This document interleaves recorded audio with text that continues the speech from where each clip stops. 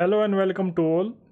While discussing prelims 2016 PYQs, today we will talk about viruses ITER यानी International Thermonuclear Experimental Research Astrosat, Mangalyaan, and finally we will wind up with the man who knew Infinity movie. किसके ऊपर ये movie बनाई गई है। अगर आप इन सभी चीज़ों के बारे में जानते हैं that is well and good. अगर आप नहीं जानते, इस वीडियो में एक सिंपल वे में सारी चीज़ों को सीख पाएंगे।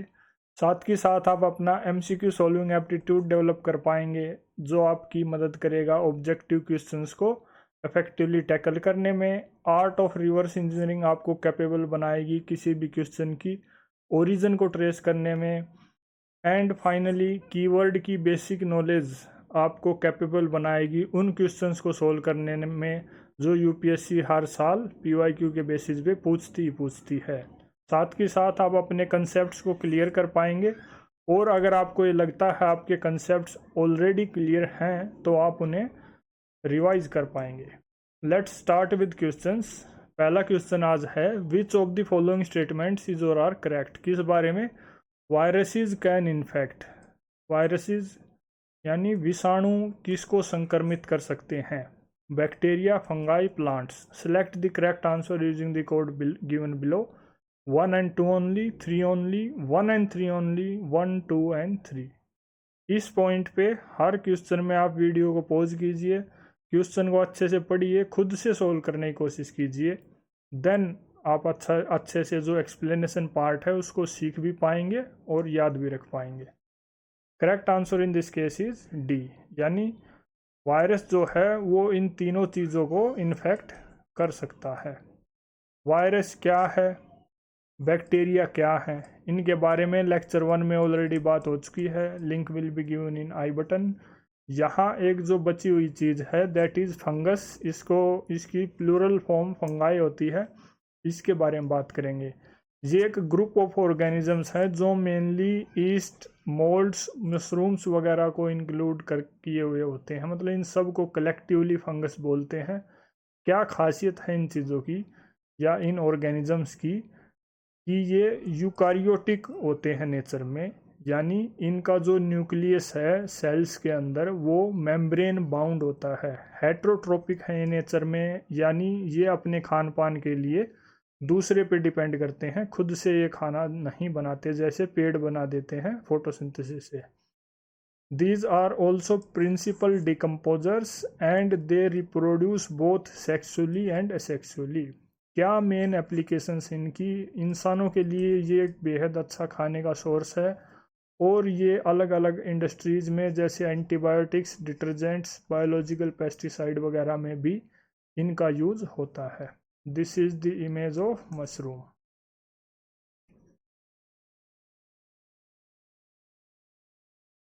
Next is in India India is an important member of the International Thermonuclear Experimental Reactor ITER, यानी इंडिया इसका एक इम्पोर्टेंट मेंबर है। इफ दिस एक्सपेरिमेंट सक्सीड्स, अगर ये एक्सपेरिमेंट कामयाब होता है, what is the immediate advantage for India. India के लिए उसका क्या फ़ायदा होगा? A, it can use thorium in place of uranium for power generation. It can attain a global role in satellite navigation. It can drastically improve the efficiency of its fission reactors in power generation. It can build fusion reactors for power generation। Correct answer in this case is D, यानी it can build fusion reactors for power generation। यह विद्युत उत्पादन के लिए संलयन रिएक्टरों का निर्माण कर सकता है। ITER ये क्या है? ये एक इंटरनेशनल न्यूक्लियर फ्यूजन रिसर्च और इंजीनियरिंग का प्रोजेक्ट है, जिसका मेन फोकस किस चीज़ पे है कि एनर्जी क्रिएट करना कैसे through a process, fusion process. जैसे सन के अंदर, सूर्य के अंदर फ्यूजन की प्रोसेस होती है, उसी प्रोसेस के सिमिलर प्रोसेस आर्टिफिशियली जनरेट करके एनर्जी को क्रिएट करना। कहाँ पे ये बनाया जा रहा है? फ्रांस में बनाया जा रहा है। इसकी जो ड्यूरेशन है वो इस टाइमलाइन पे है 2013 टू 2025। मेन ऑब्जेक्टिव इसका क्या है कि फ्यूज़न प्लांट की सेफ्टी को डेमोन्स्ट्रेट करना और इलेक्ट्रिसिटी जनरेट करना सेफली। ये फंड और रन किया जा रहा है 7 मेंबर स्टेट से, जिनमें इंडिया भी एक मेन प्लेयर है। साथ के साथ China, Japan, South Korea, Russia, European Union and United State of America are the member states. एक टर्म यहाँ जो यूज हुई है फ्यूज़न, ये दो टर्म है, न्यूक्लियर फ्यूज़न, न्यूक्लियर फिजन। बार बार आपको इनका सामना करना पड़ सकता है जब भी आप इस टाइप के टॉपिक पढ़ेंगे, तो इनको जानना बेहद ज़रूरी है। फ्यूज़न का मतलब फ्यूज होके, मतलब एक टाइप से मर्ज होके एक हो जाना, यानी ए reaction in which two or more atomic nuclei combine. ये मेन कीवर्ड है यहाँ पे, they combine to form one or more different atomic nuclei and sub atomic particle. यानी दो या दो से ज़्यादा एटॉमिक न्यूक्लियाई मर्ज होके एक हो जाते हैं। फ्यूज़न क्या होता है? इसका बिल्कुल उल्टा होता है, अपोजिट होता है फ्यूज़न का। अपोजिट का मतलब कि ऐसी रिएक्शन जिसमें किसी एटम का न्यूक्लियस स्प्लिट होके दो या दो से ज़्यादा स्मॉलर न्यूक्लियाई में बट जाए। This is the image of ITER. It looks like this. Third is with reference to AstroSat, the astronomical observatory launched by India. Which of the following statements is or are correct? Other than USA and Russia, India is the only country to have launched a similar observatory into space. All right. AstroSat is a 2000 kg satellite placed in an orbit at 1650 km above the surface of the earth. Select the correct answer using the code given below. 1 only, 2 only, both 1 and 2, neither 1 nor 2. Correct answer in this case is D, यानी दोनों ही statement AstroSat जो satellite system है India का, उसके case में गलत है।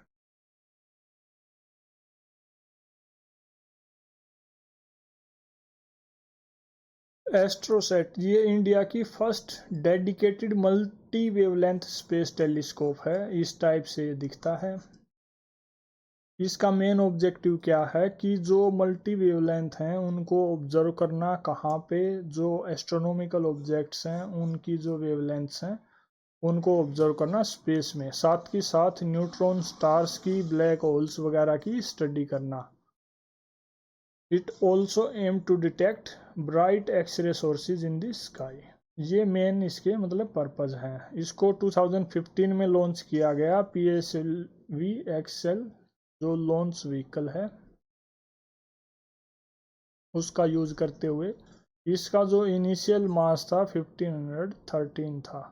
Then कुछ पेलोड इस पे जो हैं वो देख सकते हैं आप यहाँ पे, 1 2 3 4 5, one more should be there.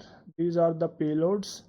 UVIT यानी ultra violet imaging telescope, SXT soft x-ray imaging telescope, large area x-ray proportional counter, cadmium zinc telluride imager, scanning sky monitor, charged particle monitor. Before India, USA, EU, Russian and Japanese space agencies have launched such facility into space. So India is not the first country and India is not the only country. Consider the following statements. किसके बारे में? मंगलयान जो इसरो ने launch किया उसके बारे में 3 statement दे रखी हैं। क्या हैं कि भाई इसको मार्स ऑर्बिटर मिशन भी बोलते हैं। It made India the second country to have a spacecraft orbit the Mars after USA. All right. It made India the only country to be successful in making its spacecraft orbit the Mars in its very first attempt. All right. 1 only, 2 and 3 only, 1 and 3 only, 1, 2 and 3. Correct answer in this case is C. यानी third और first statement ठीक है। कि भाई इसको Mars orbiter mission मोम भी बोलते हैं। देन थर्ड कि इंडिया सिर्फ ऐसी कंट्री है जिसने मार्स की ऑर्बिट में ऐसा मिशन फर्स्ट अटेम्प्ट में सक्सेसफुली पहुंचा दिया। Second is incorrect. क्यों इनकरेक्ट है ये देखते हैं। मंगलयान क्या है? ये इंडिया का फर्स्ट इंटरप्लेनेटरी मिशन है। क्यों लॉन्च किया गया? ताकि जो मार्स प्लेनेट है उसकी जांच पड़ताल की जा सके, वहाँ क्या कैसा कुछ है उसके बारे में पता लगाया जा सके। ये एक्टिव था 2013 से 2022 तक। 2022 में इससे लास्ट कांटेक्ट किया गया था। इस मिशन की वजह से इंडिया फर्स्ट नेशन बन गया कहाँ पे? एशिया में to reach Martian orbit. India first nation बन गया वर्ल्ड में to reach Martian orbit in its maiden attempt, यानी first attempt. India third number पे है वर्ल्ड में इस मिशन की वजह से to orbit another planet after USA and Soviet Union. Then जो इसरो स्पेस एजेंसी है वो फोर्थ हो गई ऐसा मिशन लॉन्च करने में आफ्टर रोसकॉस्मोस जो रशियन स्पेस एजेंसी है, नासा यूएसए की स्पेस एजेंसी है, एंड यूरोपियन स्पेस एजेंसी। इसको PSLV C-25 launch vehicle use करते हुए लॉन्च किया गया था। पेलोड इसमें जो यूज हुए हैं layman alpha photometer, methane sensor for Mars, thermal infrared imaging spectrometer and Mars colour camera, Mars exospheric neutral composition analyzer. You can see in the image all these things. A recent movie titled The Man Who Knew Infinity is based on the biography of, इसकी biography पे ये movie based है। S. Ramanujan, S. Chandrashekhar, S.N. Bose, C.V. Raman. Correct answer in this case is A, यानी रामानुजन की biography पे ये based है। रामानुजन कौन थे? 1887 में उनका बर्थ हुआ, 1920 में उनकी डेथ हुई। वो इंडियन मैथमेटिशियन थे जो मेनली जाने जाते हैं रामानुजन सम, थीटा फंक्शन, प्राइम वगैरह जो मैथ्स में उनका कंट्रीब्यूशन है उसके लिए। And the movie who new in the man who knew infinity, ये एक 2015 मूवी है, बायोग्राफी पे बेस्ड है जो रामानुजन की लाइफ और मैथ्स में उनका जो कंट्रीब्यूशन है उससे इंस्पायर्ड है। देन एस चंद्रशेखर के बारे में भी देख लेते हैं। 1910 में जन्म हुआ, 1995 तक ये रहे। इंडियन अमेरिकन थ्योरेटिकल फिजिस्ट है। इनका मेन कंट्रीब्यूशन है stellar evolution, black hole, structure of stars. Physics का नोबेल प्राइज भी मिला इनको 1983 में। Then S.N. बोस 1894 टू 1974 तक इनकी लाइफ थी। इंडियन थ्योरेटिकल फिजिसिस्ट साथ के साथ मैथमेटिशियन भी थे। He is known for quantum mechanics और बोसोन पार्टिकल, ये जो नाम है ये इन्हीं के नाम पे रखा गया है। पद्मा विभूषण इनको मिला 1954 में। After that there is C.V. Raman 1888 to 1970 Indian physicist known for his work in the field of light scattering. Nobel prize physics का मिला इनको 1930 में। रमन स्कैटरिंग या रमन इफेक्ट जो है उसकी डिस्कवरी 28 फरवरी 1928 को हुई थी। इस दिन को नेशनल साइंस डे के तौर पे मनाया जाता है इंडिया में। That is all about these questions. अगर आपको कुछ अच्छा और रेलिवेंट सीखने को मिला ज़रूर हमें कमेंट करके बताएं। साथ ही साथ आप अपने सजेशन भी हमारे साथ शेयर कर सकते हैं जो हमें चीज़ों को और बेहतर बनाने में मदद करेंगे। Thank you.